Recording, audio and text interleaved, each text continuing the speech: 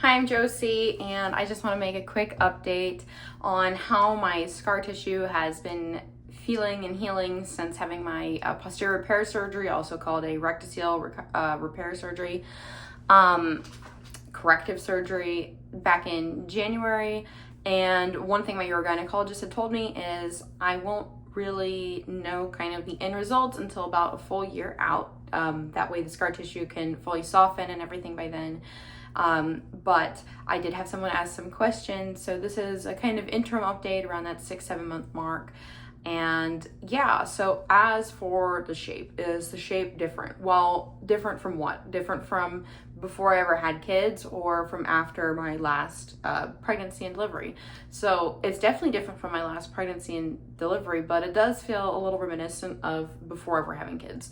And that's one thing that I did see in the forums as people who had it is like, oh, definitely feels more tight and stuff. And because what they do, and this is the no mesh surgery, is they take all the bulging, softened, stretched out tissue that stool would get stuck in, and you look up if you look up images online of what rectocele is, you'll see like the tissue can literally fall outwards.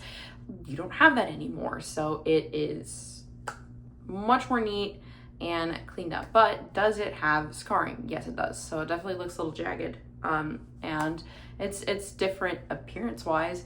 And I will say it does seem some of the ability and stretchiness of the entrance opening does make it a little bit difficult to use things like tampons, menstrual cups, menstrual discs. And that would be the biggest way in which I have found the scar tissue to be a little bit of a hindrance is so you got this tube. We're gonna call it birth canal just so that the viewer doesn't get this video hit, because I feel like this is, if you're trying to find information about updates after something like a rectocele surgery, I hope it makes it out to you.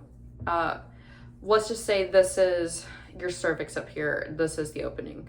So naturally this is gonna be much more stretchier, especially during arousal or anything, or if you're trying to stick a menstrual cup in or tampons, it's going to be squishier here, so that sticking stuff in from any angle is a lot easier.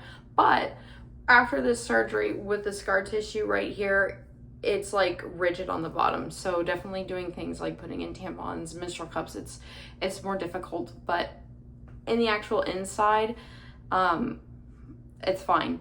The biggest thing that I've noticed with menstrual cups and is that I feel in discs, that's what I was trying to say, is I feel like I don't really have the seal that I did before, because the scar tissue is like all the way up. And so around the cervix, menstrual cups and discs, they kind of make like a seal with your tissue. And I do feel like I may not really have that ability the same way. But it's hard to say because I used them a couple times after having had my last baby. And I sort of feel like maybe I had leaks then, but definitely using menstrual cups and stuff prior to ever having kids was when they were the most successful for me.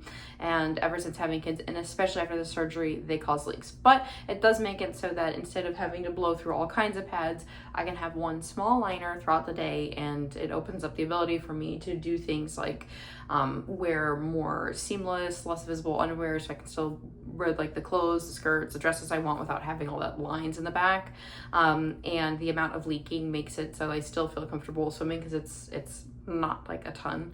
But there's that. I do have a scar on the back, and I am aware of it. It has gotten softer over time, and so I don't really have an issue with the scar. One of the biggest concerns that I have is with scar tissue during things like arousal or anything like that. Will birth canal, it expands. Will it expand as well? Or is it kind of like stunted and stuck there? No, it expands. I don't feel like it gets as lubricated. It definitely has a level of extra friction, but quite frankly, if you're in the right mood and, people are not being selfish and everyone is feeling good, the amount of lubrication there, if you're using lubrication, I honestly feel like that ridge kind of enhances things. That might not be everyone's experience, but I'm fortunate that that's mine, as I actually think that it's better than before. So yay me. but I wouldn't rely on my personal testimony of that to be like, oh, I'm going to get this surgery just because someone said it makes that feel better.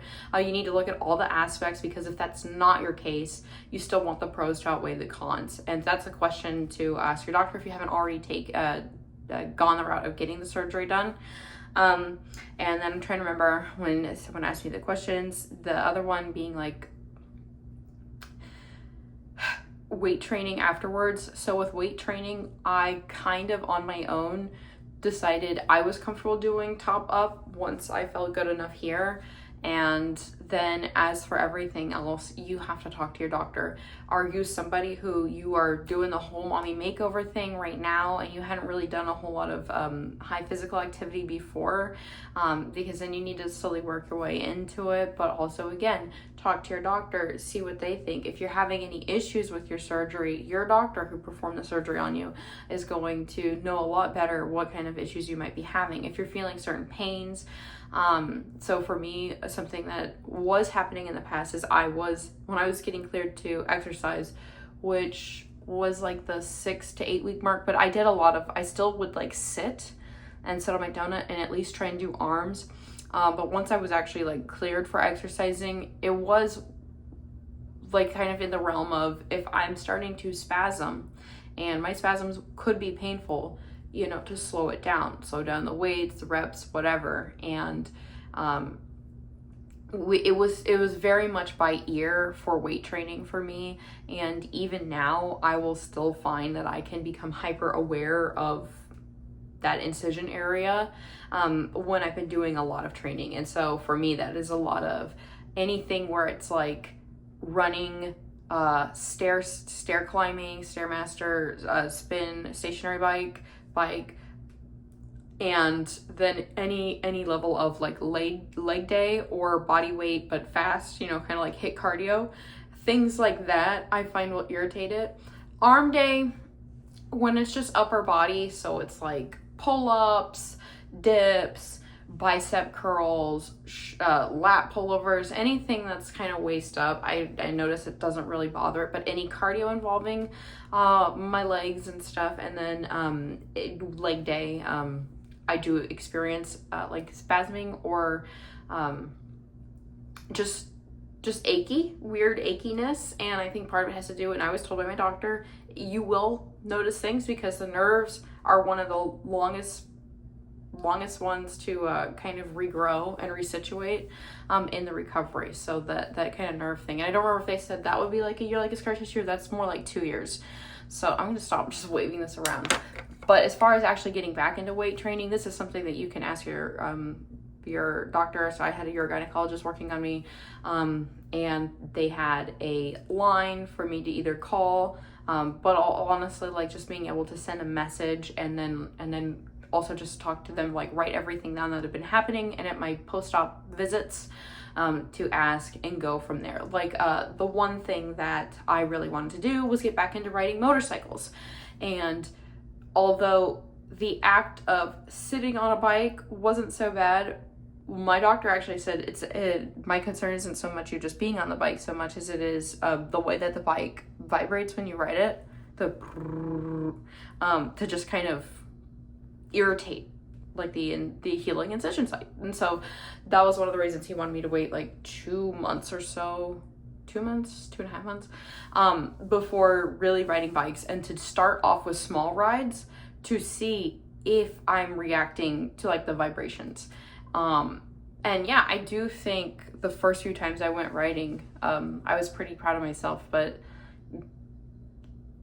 I think I did those updates like right after, but I can see with that like low level vibration of just the bike just running, being irritating, because shoot, even if I do an hour on the elliptical, I can be irritated. So, and by irritated, I don't mean like, I'm angry. I mean like the tissue being irritated. So, I hope that answered some questions. Is kind of far as like my experience has been with this far. So my next visit with my urogynecologist is going to be in September.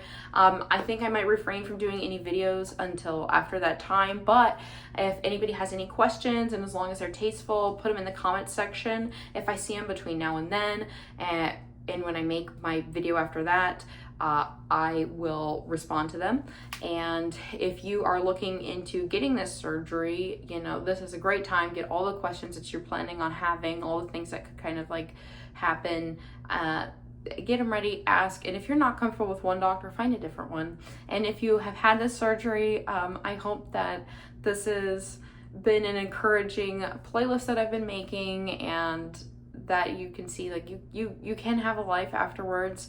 I'm fortunate that my recovery has gone very well. There's definitely some areas where it's like, well, that's annoying. But for the most part, no, it is not the same as before I ever had kids. It is so much better than after I had my last child. So I am thankful for that, and I wish you the best of luck on your recovery. If you like this video, feel free to give it a thumbs up, and if you would like to subscribe, or at least like keep it on this playlist when I do anything related to my posterior repair surgery, I will add it to this playlist specifically. It should update, so if you have it saved anywhere. But yes, I hope that you have a wonderful rest of your day. Bye.